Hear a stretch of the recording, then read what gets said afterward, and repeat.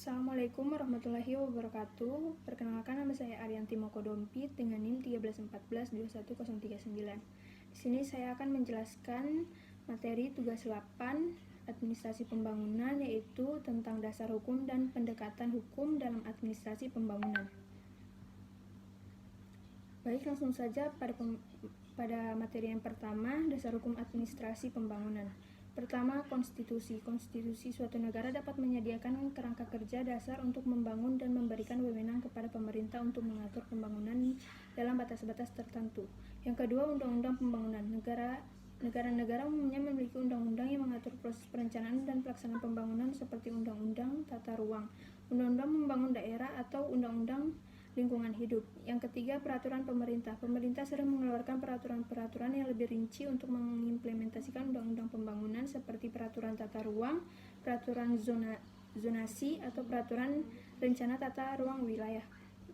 Yang keempat, peraturan daerah. Pemerintah daerah juga dapat mengeluarkan peraturan yang berhubungan dengan pembangunan di wilayah mereka, seperti peraturan tata ruang daerah, peraturan zonasi, atau peraturan rencana tata ruang daerah. Yang kelima, kebijakan dan pedoman. Pemerintah juga dapat mengeluarkan kebijakan pedoman yang mengarah proses pembangunan seperti kebijakan pembangunan nasional, kebijakan sektor spesifik, misalnya kebijakan industri, kebijakan pertanian, atau pedoman teknis untuk pelaksanaan proyek. Yang keenam, keputusan pengadilan. Keputusan pengadilan yang berkaitan dengan kasus-kasus pembangunan juga dapat membentuk dasar hukum administrasi pembangunan, terutama dalam hal-hal yang berkaitan dengan sengketa atau pelanggaran hukum. Yang kedua, pendekatan hukum dalam administrasi pembangunan. Ada beberapa pendekatan hukum yang umum digunakan dalam administrasi pembangunan. Pertama, kepastian hukum. Pendekatan ini menekankan kepentingan kepastian hukum dalam mengatur proses pembangunan. Yang kedua, prinsip kepentingan umum. Administrasi pembangunan harus didasarkan pada prinsip kepentingan umum.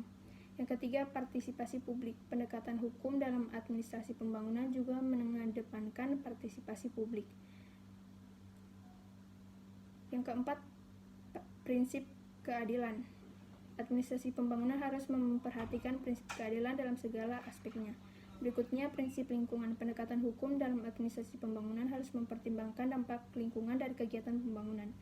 Yang berikutnya, penegakan hukum. Penting untuk memiliki sistem penegakan hukum yang efektif untuk memastikan kepatuhan terhadap peraturan dan kebijakan pembangunan.